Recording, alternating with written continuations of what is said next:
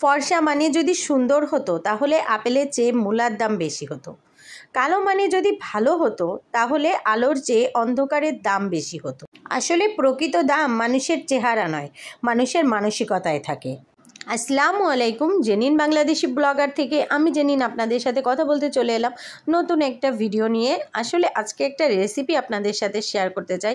আসলে অনেকেই আছেন যারা পাঙ্গাস মাছ খান না বা খেতে চান না, আমিও কিন্তু তাদের কাতারে পড়ি, আপনাদের ভাইয়াও তাদের কাতারে পড়ে। কিন্তু তারপরও এভাবে যদি পাঙ্গাস মাছ রান্না করা হয় তাহলে কিন্তু যে কেউ খাবে এবং অনেক পছন্দ করেই খাবে, হাত চেটেপুটে খাবে। সেরকমই একটা রেসিপি আপনাদের মাঝে শেয়ার করতে এলাম।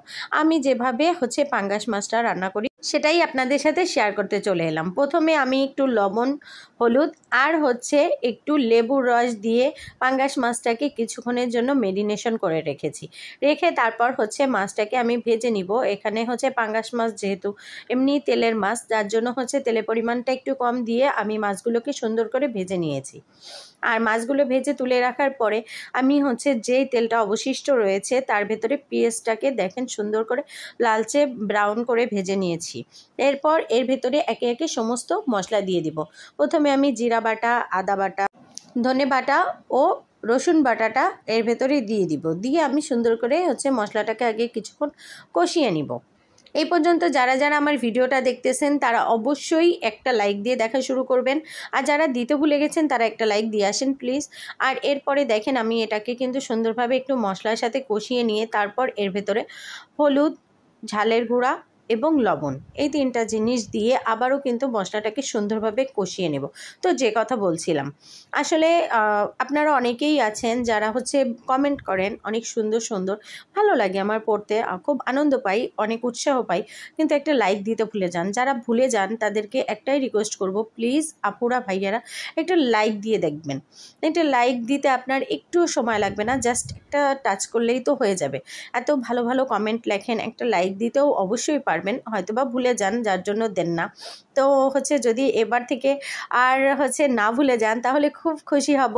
আর যারা যারা এই পর্যন্ত আমার ভিডিওটা দেখছেন কিন্তু আমার চ্যানেলটাকে এখনও সাবস্ক্রাইব করেনি, তাদের কাছে একটাই রিকোয়েস্ট থাকবে, প্লিজ আমার আপুরা ভাইয়েরা প্লিজ প্লিজ প্লিজ আমার চ্যানেলটাকে সাবস্ক্রাইব করে পাশে থাকা বেল বাটনটি প্রেস করে দিবেন।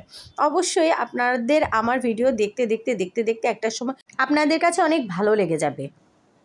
তো এই যে দেখুন আমি সুন্দরভাবে মশলাটাকে কষিয়ে নিয়েছি। সুন্দরভাবে মশলা কষিয়ে নিয়ে তারপরে কিন্তু দেব। আর অবশ্যই কিন্তু আপনারাও আমার মতো হলুদ, লবণ এবং একটু লেবুর রস, এক ফালি লেবুর রস দিলেই কিন্তু সুন্দরভাবে মাছটাকে আধা ঘন্টার মতো মেরিনেশন করে রাখবেন। কারণ মেরিনেশন করে রাখলে মাছটার থেকে কিন্তু কোনো রকম কাঁচা গন্ধ এবং পাঙ্গাস মাছ যে গন্ধটা আসে সেই গন্ধটা আসবে না। তো আমাদের মতো যারা যারা এরকম পাঙ্গাস মাছ খেতে চান না, পাঙ্গাস মাছ খাওয়া নিয়ে অনেক বাহানা করেন, তাদের জন্য আজকের এই রেসিপিটা।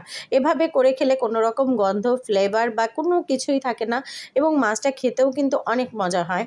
আর এই যে দেখুন আমি এখন মশলাটাকে কষিয়ে একটু পানি দিয়ে সেই পানিটা যখন বলক চলে আসবে তখন একে একে মাছগুলো দিয়ে দেব। যেহেতু আমার মাছটা এখানে অলরেডি ভাজা, আর পাঙ্গাস মাছ রান্না করতে খুব বেশি সময়ও লাগে না, যার জন্য কি আমি অল্প পানিই দিয়েছি, আপনারাও সেটাই করবেন। আর এর ওপর থেকে কয়েকটা কাঁচা মরিচ ফালি করে দিয়ে দিব। আর গরম মশলা, এটা কিন্তু মাস্ট বি দিতে হবে, কারণ গরম মশলাটা দিলে কোনো রকম ফ্লেভার থাকবে না। আর আগেই দিয়েছেন লেবু, তো সব কিছু মিলেমিশে অনেক মজা হয় এই তরকারিটা। এভাবে যদি মাছটা ভুনা করেন, পাঙ্গাস মাছটা যারা খান না তারাও যদি একবার খান, আমার মনে হয় যে তারাও এরপর থেকে অবশ্যই পাঙ্গাস মাছ খাবেন। কারণ আমাদের ঘরে তেমন একটা পাঙ্গাস মাছ চলে না, কিন্তু আমার মেয়ে খুব পছন্দ করে, যার জন্য ওর কারণে আমাদের মাঝে মাঝে কেনা লাগে। তো আমি তখনই চিন্তা করি যে কিভাবে করলে আমরাও খেতে পারবো, সেটা চিন্তা করতে করতে করতে করতে এভাবেই এরকমভাবে করছি। আর এভাবে করার পরে বিশ্বাস করেন আপনাদের ভাইয়াও কিন্তু খেয়েছে পাঙ্গাস মাছটা। যে মানুষটা পাঙ্গাস মাছ টোটালি খায় না, আমি যদিও মাঝে মধ্যে খাই কিন্তু সে কখনোই খায় না, তো সেই মানুষটাও পাঙ্গাস মাছটা অনেক পছন্দ করে খেয়েছে। আসলে এভাবে যদি আপনারাও ট্রাই করেন, যারা পাঙ্গাস মাছ খেতে পারেন না বা পছন্দ করেন না, আমার মনে হয় যে তারাও ইনশাল্লাহ পাঙ্গাস মাছ এরপর থেকে খাবেন এবং খেতে পারবেন। তো এই যে দেখুন আপনাদের কাছে কেমন লাগলো আমার এই পাঙ্গাস মাছের রেসিপিটা, অবশ্যই কমেন্টসে জানাবেন। আর অবশ্যই ভালো লাগলে জানাবেন, খারাপ লাগলে জানানোর দরকার নেই, ভালো লাগলেই জানাবেন। কারণ আমি আশাবাদী যে এভাবে যদি আপনারা রান্না করেন আপনাদের কাছে আসলেই এটা অনেক মজা এবং সুস্বাদু লাগবে। তো করে দেখতে পারেন একদিন এভাবে আমার মতো করে। তো আপনারা সবাই ভালো থাকবেন, সুস্থ থাকবেন। আল্লাহ হাফেজ, আসসালামু আলাইকুম।